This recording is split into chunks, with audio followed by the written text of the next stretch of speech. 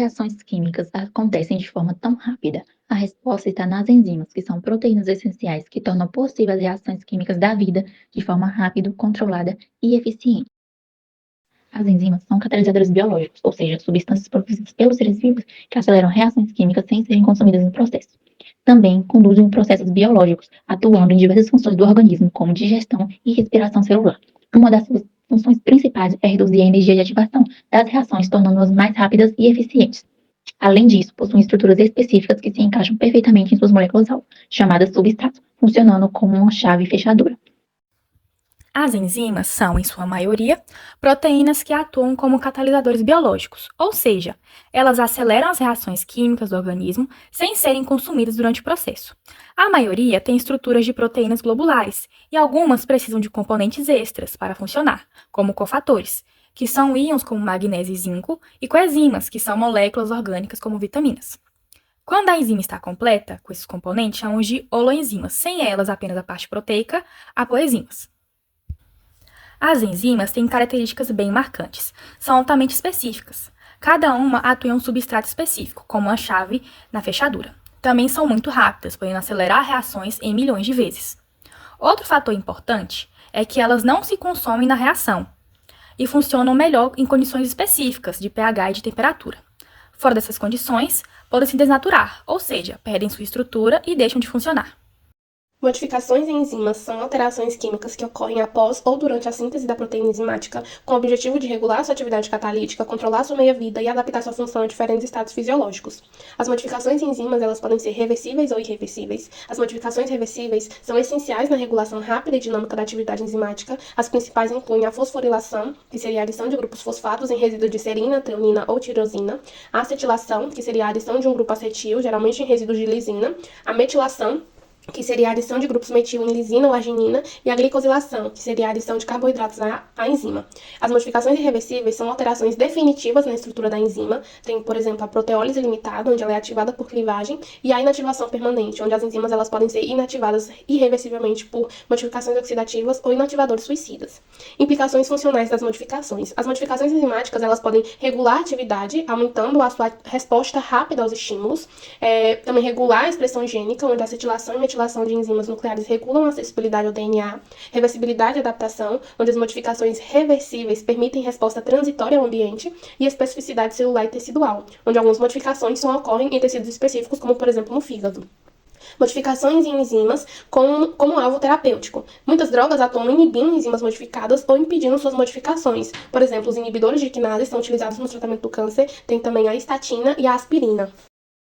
A cinética enzimática é a área da bioquímica que estuda a velocidade das reações catalisadas por enzimas e como essa velocidade varia conforme condições como concentração de substrato, temperatura e pH. Um dos fatores mais importantes é a concentração de substrato. Em geral, quanto maior essa concentração, mais rápida será a reação, até que todas as enzimas estejam ocupadas, atingindo o limite chamado velocidade máxima. Esse comportamento é explicado pelo modelo do complexo enzima-substrato, onde a enzima se liga ao substrato em seu sítio ativo, formando uma estrutura temporária que facilita a transformação do substrato em produto.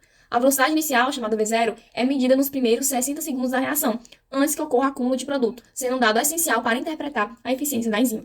Além disso, a cinética permite entender mecanismos de inibição, como a inibição competitiva, em que o inibidor culpa o sítio ativo, ou a inibição não competitiva, que altera a enzima sem bloquear diretamente o sítio ativo. Você já se perguntou como o nosso corpo realiza tantas reações químicas tão rápido? O segredo está nas enzimas. Cada enzima possui um sítio ativo, uma espécie de chave que se encaixa perfeitamente no seu substrato, o reagente. Essa ligação forma o complexo enzima-substrato, facilitando a transformação do substrato em produto. Depois, a enzima é liberada intacta, pronta para agir novamente. Exemplo, a amilase da saliva quebra o amido em açúcares menores. As enzimas são classificadas em 6 grupos principais, conforme o tipo de reação que catalisam. Elas podem ser oxirredutases, realizam reações de oxidação e redução, exemplo, desidrogenases. Transferases, transferem grupos funcionais entre moléculas, exemplos, as quinases. Hidrolases, quebram ligações com adição de água, hidrólise, exemplo, proteases e lipases. As liases quebram ligações sem água, liberando grupos, exemplo, descarboxilases. As isomerases rearranjam átomos dentro da molécula, exemplo, isomerases da glicólise. E as ligases unem moléculas com gasto de energia, ATP. Exemplo, DNA ligase. Inibição enzimática. A inibição enzimática desempenha um papel fundamental na regulação de processos metabólicos no organismo e controla a velocidade das reações químicas, permitindo que o organismo responda de forma adequada a estímulos internos e externos, e pode ser alvo de fármacos e terapia, sendo essencial para o desenvolvimento de medicamentos. Um exemplo clássico de inibição enzimática é a ação do ácido acetilsalicílico presente na aspirina, que inibe a enzima ciclooxigenase, responsável pela produção de prostaglandinas. Exemplo é a inibição da enzima acetilcolinesterase pelo inseticida organofosforado, que leva ao acúmulo da acetilcolina e paralisa os insetos. Esse exemplo ilustra como a inibição enzimática pode ser aplicada em práticas em diversas áreas.